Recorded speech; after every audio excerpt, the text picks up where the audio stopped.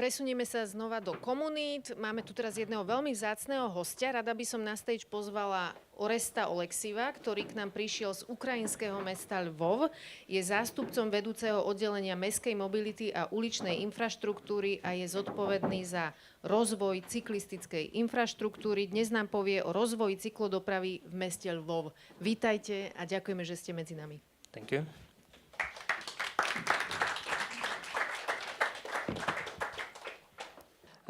So my name is Orest Oleskiv. As it was mentioned, I work for Lviv City Council, and today I would like to tell a little bit about our city, how we were developing our cycling infrastructure, introducing cycling to our transport system, what we are doing right now, and what are our plans for the future, despite of war that we are having. So first of all, maybe not all know about my city. So Lviv is the biggest city in the west of Ukraine. Its inhabitants, the population is 730,000 people. And it's estimated that right now it's maybe even a little bit bigger, around 800,000. So the city has an area of 182 square kilometers. It's quite a dense city, and right now we are 715 kilometers from the front line. If you talk about the structure of our city, we have a well-established, well-preserved historical core of the city, which was preserved since the Second World War, and was not destroyed during the Second World War. That's why our city center is a part of UNESCO heritage. And also, like I've noticed in Tvarna, we have quite similar structure, but in bigger scale. There is a historical center with the historical structure of the city. There is an industrial belt around it, and then there are Soviet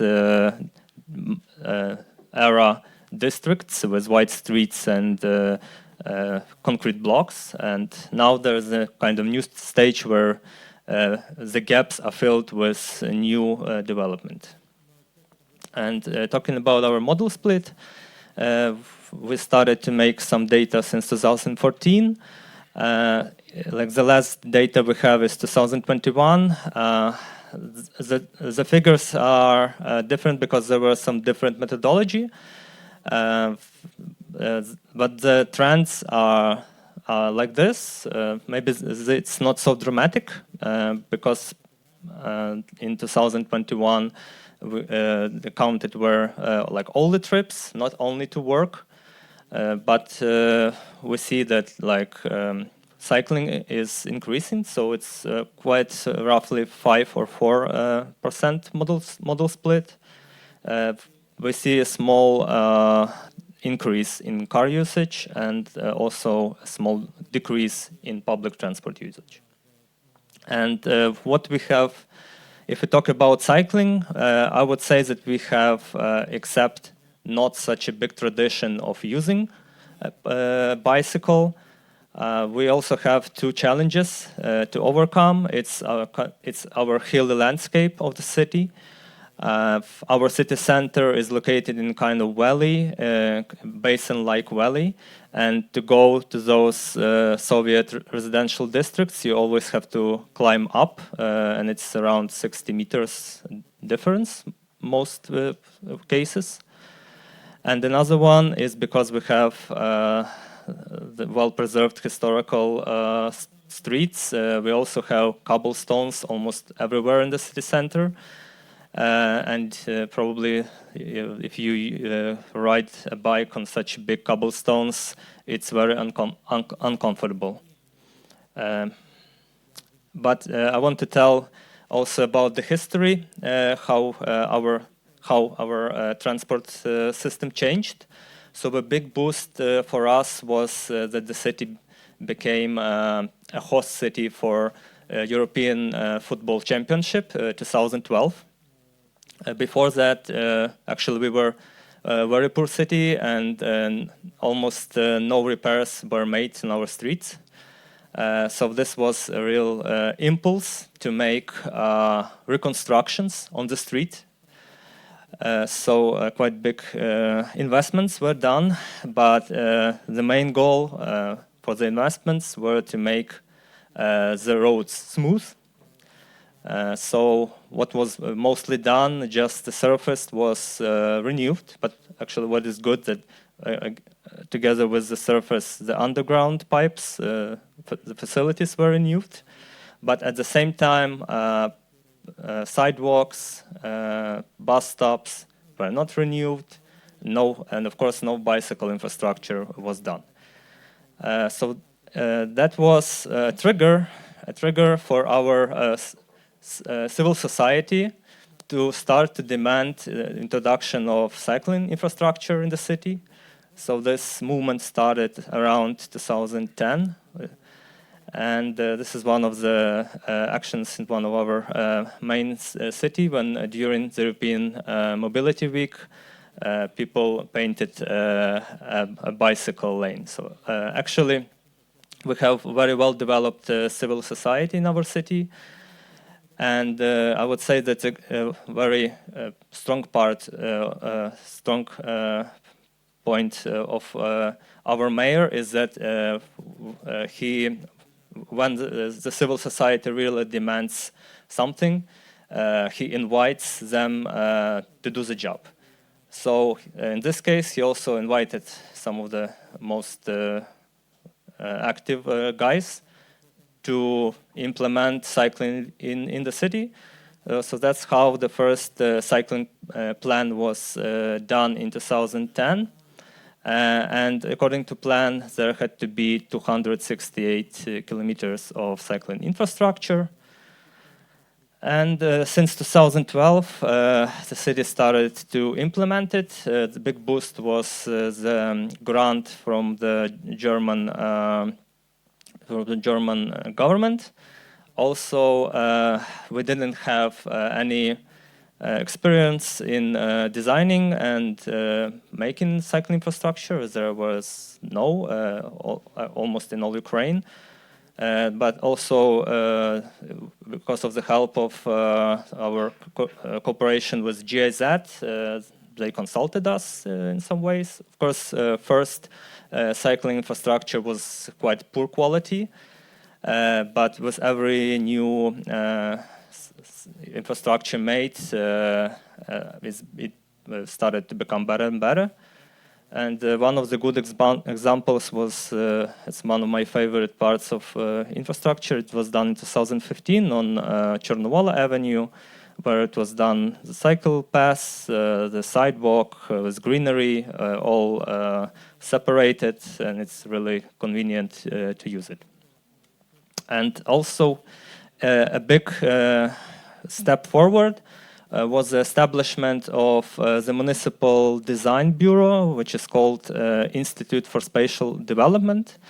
They managed to gather quite really good young specialists, and they are doing not only designs of streets, they are doing also designs for public spaces and everything what is outside the building. Also a big step forward was that the city started to make like the whole to redesign on those streets that were previously just resurfaced. So started to redesign the space between the facades and the road with bicycle infrastructure, with greenery, with sidewalks. So two important streets were made, like this Knyghini Olgi Street and Chernovola Street Avenue was finished. And since 2019, the city also started to redesign and to reconstruct important streets. around 6 streets were redesigned. So a good example is the Bandari Street, which is the street which connects our railway station to the city center. It was in really bad condition, as you can maybe see on this picture. But it was redesigned, so the car lanes were narrowed, the cycle lanes were introduced with the asphalt, and the tram has become accessible with quite good infrastructure. Also, what this street really did, it also made a part of civil society that was against such changes. Car-oriented civil society, and now they are really active trying to stop the changes towards sustainable mobility in the city. Another example of the street is Shevchenko Street. It's also one of the major streets, and what we used here is that we designed cycling infrastructure different way, uphill and downhill. So downhill is going the cycle lane together with near the traffic, and uphill is going the cycle path together with sidewalk, because different speeds, so it will be more comfortable. And another example of small streets is the Pekarska Street. It was one-way car traffic and two-way bicycle traffic. It was also, the street used very good materials, and it's now an example how the street can look, and it really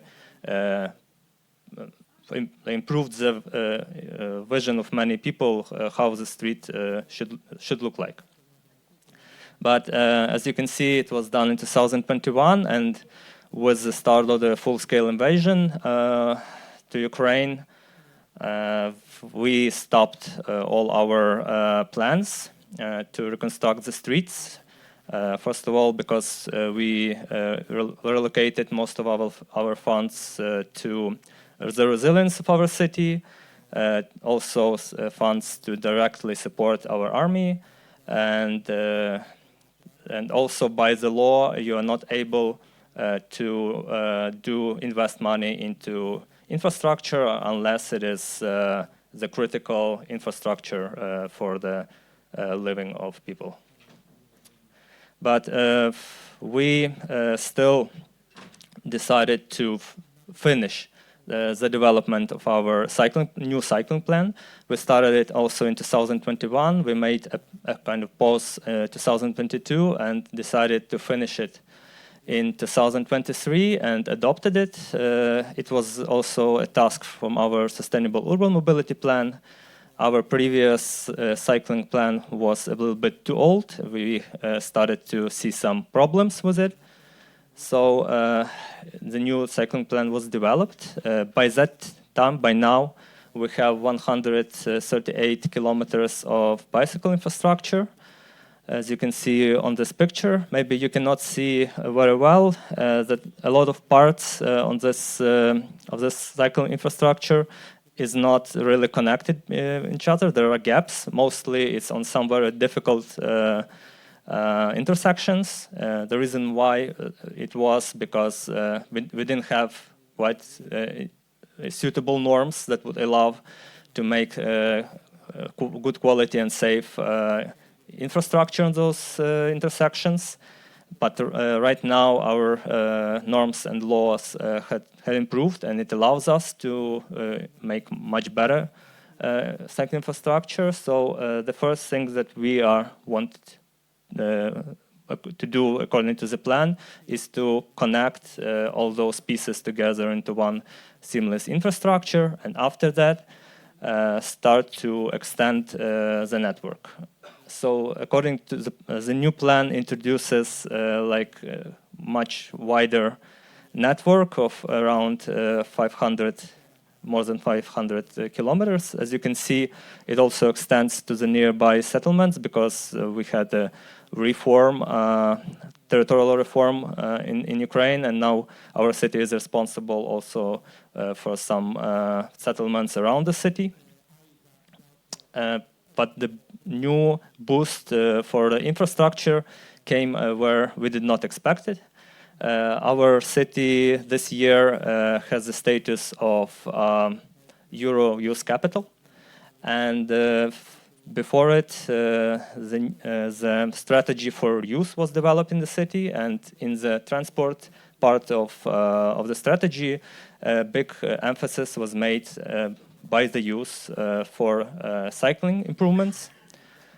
So it actually became quite very good political boost for understanding that the city needs to develop cycling infrastructure, no matter what, to find the ways and resources for this, because actually it's not such big investments needed, and you don't have to really do major repairs to introduce cycling infrastructure. So it's also the vision of our mayor. So the new position was made as a responsible person for cycling development. I am that person.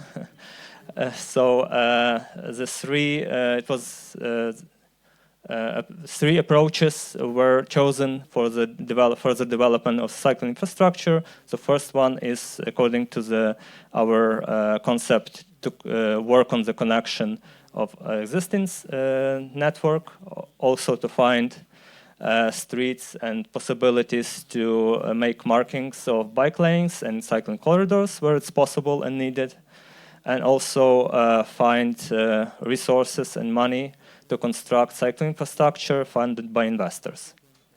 Actually, investors, for example, when they build something, they also renew infrastructure around them, and it's really a possibility to introduce bicycle infrastructure. So we worked with our administrations of the city. We have 6 administrations, and we made a plan to work on 27 sections. Together it's 12 kilometers that will allow to connect our cycle network. So we want to actually achieve it this year, but if the funds would not be enough and the capacity would not be enough, probably some of them will be moved to next year.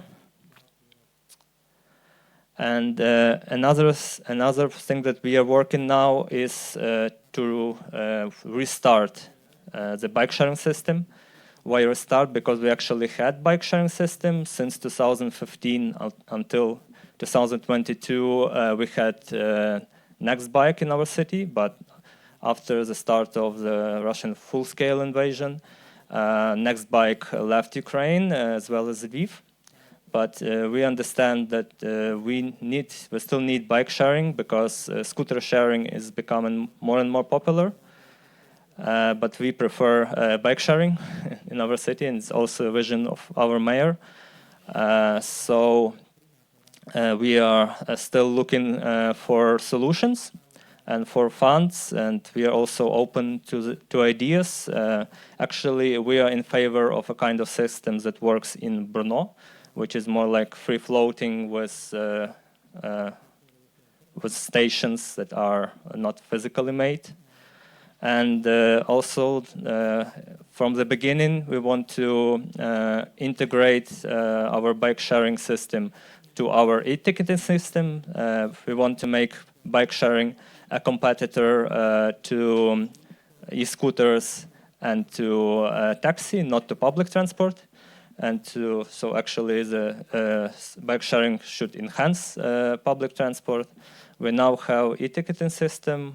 We worked with their engineers, understood that we cannot use the plastic card for bike sharing. It would be quite difficult to integrate it, but it is possible to use the mobile app that is done and to make a common monthly or yearly ticket. And another point that we want to use cycle infrastructure and bicycle, which is very and becoming more and more important, is rehabilitation and adaptation of veterans. It showed there's a good practice from the USA that used bikes as a tool for rehabilitation. We don't have specialists in Ukraine. We are looking for it. But we in our city we have now a very well developed rehabilitation center. So it's a rehabilitation ecosystem Unbroken, which was made by our city, and thousands of veterans and people who suffered from the war from all over Ukraine. They are having rehabilitation in our city. That's why bicycle could really enhance this process and become one of the parts of rehabilitation of our people. Thank you.